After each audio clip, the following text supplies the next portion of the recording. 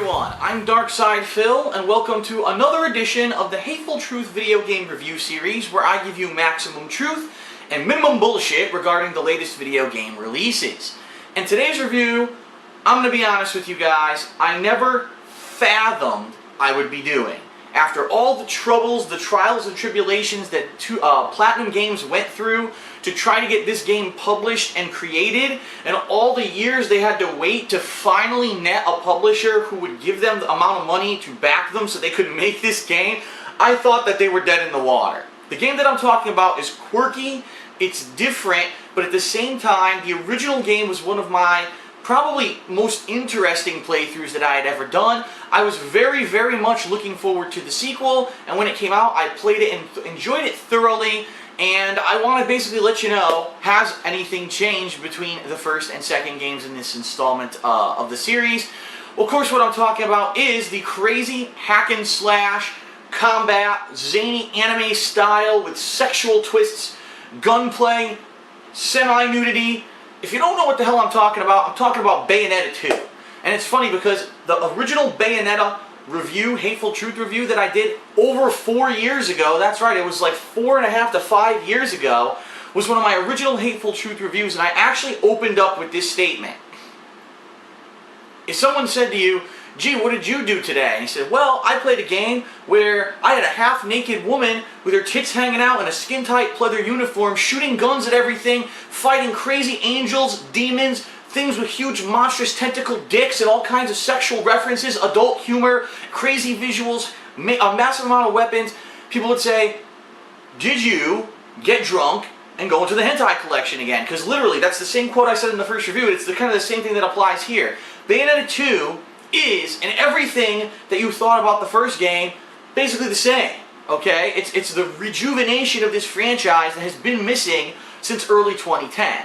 Now, the big controversy surrounding Bayonetta 2, alright? The reason that a lot of people aren't really talking about Bayonetta 2 that much is an unfortunate one.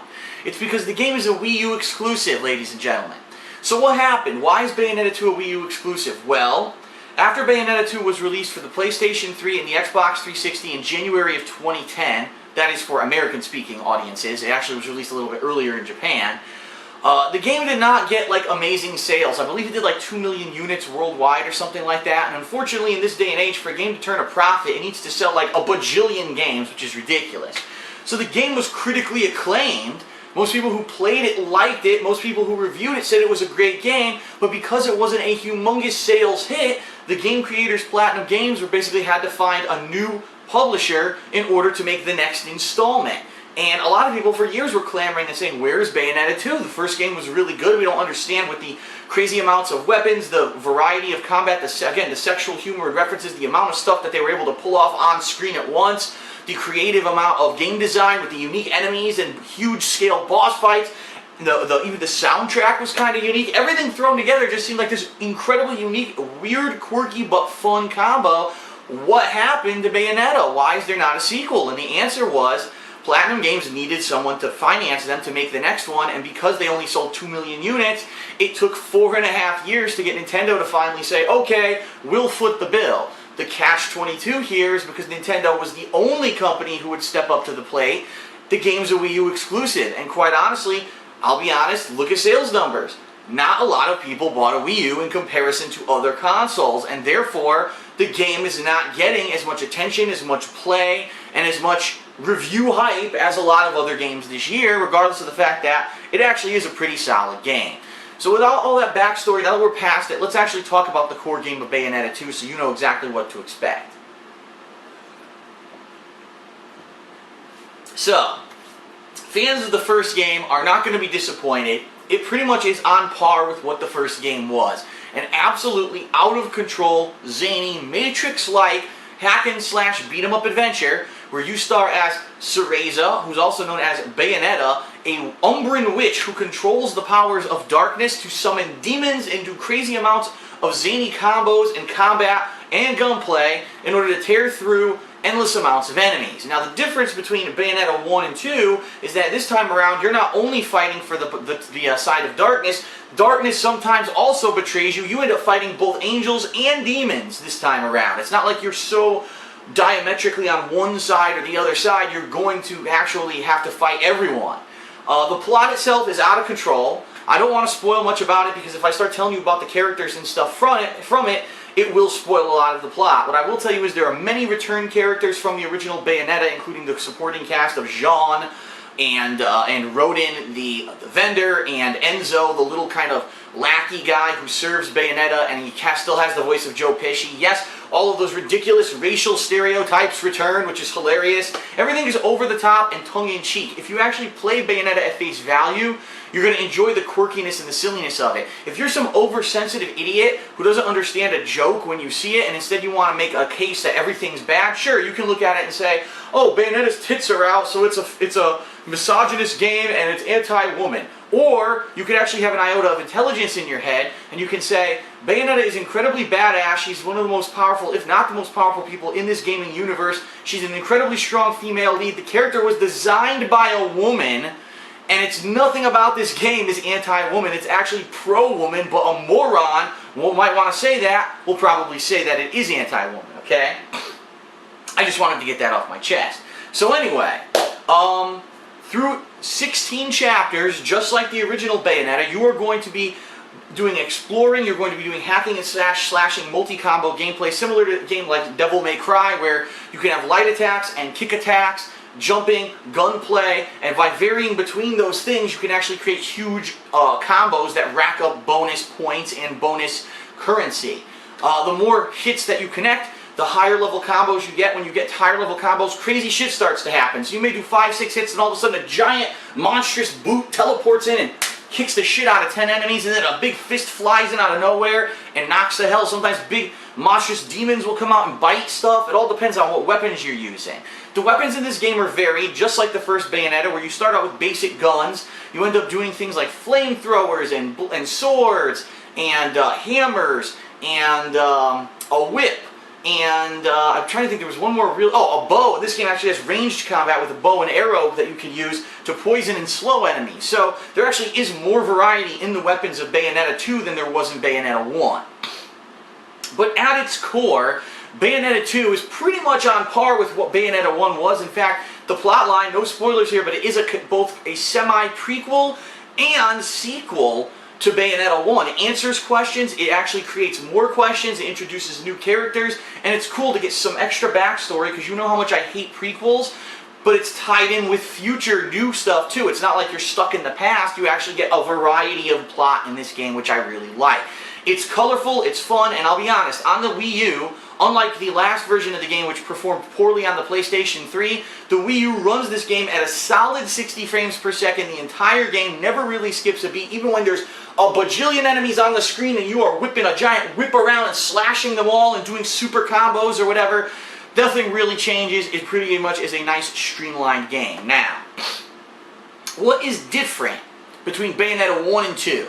Let's explore that. Number one, okay, there is this new thing called Umbran Climax that basically gives you an unlimited amount of magical power for a limited period of time. If you remember in Bayonetta 1, what you would do is build up a big combo, and then all of a sudden it would say torture attack. And you would press 2 buttons, it would do like a big insta-kill attack, or at least do tons of damage to whatever enemy you were fighting, and then you would move on.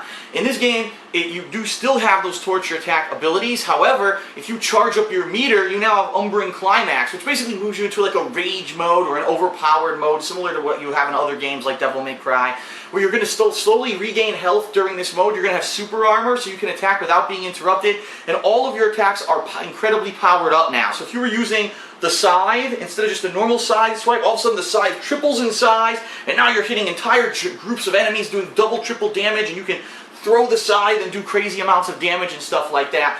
It is a limited amount of time though, so you really want to use those at the right times, like if you're being overwhelmed with enemies, or maybe you're fighting a boss that you're finding a hard time dodging around his attacks, okay? Which time makes its return, and really which time is identical to how it was in the original Bayonetta, where if you dodge an attack perfectly, the game slows down, you can get some additional or extra hits on the opponent, okay? The other major new thing about the game, besides that Umbran Climax mechanic, is that there's a lot more exploration slash hidden items in this game. In the first Bayonetta, don't get me wrong, there were hidden items that led you to get unlocked weapons and abilities, and that's no different here. But in this game, the game, I'll be honest, really felt like Devil May Cry. It felt like there was hidden stuff everywhere off camera. If you went a little bit to the left, oh look, secret corridor you couldn't really see because it was off camera. Run down the corridor, maybe fight additional enemies and then get a new item, or break a chest open and get a new upgrade item, because remember, there's always going to be upgrades for your health and your magic, just like in every one of these beat-em-up games. And, you know, it seems like this game is a little bit more catered toward I want to explore rather than I just want to rush through and fight. Okay, and if you do explore more, you're going to get more items, you're going to have more health, it's going to make the game a lot easier. Speaking of which, one of the major points of contention in Bayonetta 2 that everyone seems to be talking about is that the game seems overall easier. It's easier to dodge enemy attacks, it's easier to win a boss fight on your first attempt going through. In fact, in the entire game of Bayonetta 2, I never died or failed until the end of the game, when there was one instance where it was like trial and error. If you get it wrong, you die and you just have a checkpoint that restarts. Keep in mind though, I did use a lot of items. I was using healing items, I was using invincibility items, I was using damage increasing items, I had instant revive items, so if you did die, it would use that to revive. But I never really was in the middle of a fight and got so overwhelmed with the combat that I lost the fight and had to start completely from the beginning. Way different from Bayonetta 1. If you remember, in Bayonetta 1 there were several times when there was really challenging fights that I didn't understand how to beat on the first try. Now, this could be a combination of, number one, the fact that it is 4.5 to 5 years later. I've played probably, maybe about 500 games between back then and now, and I've got a little bit more experience under my belt, including just recently playing Devil May Cry games. That could be one of the reasons why I'm a little bit better at the game, but at the same time, I have to believe that the game is overall a little bit easier than Bayonetta 1. However, the game has 3 difficulty settings right out of the box, so if you want a more classic challenge to Bayonetta 1, I recommend using the highest 3rd climax difficulty setting. I did it on 2nd climax, which is supposed to be normal. There also, after you beat the game, unlocks the ultimate infinite climax, which is supposed to be like incredibly difficult.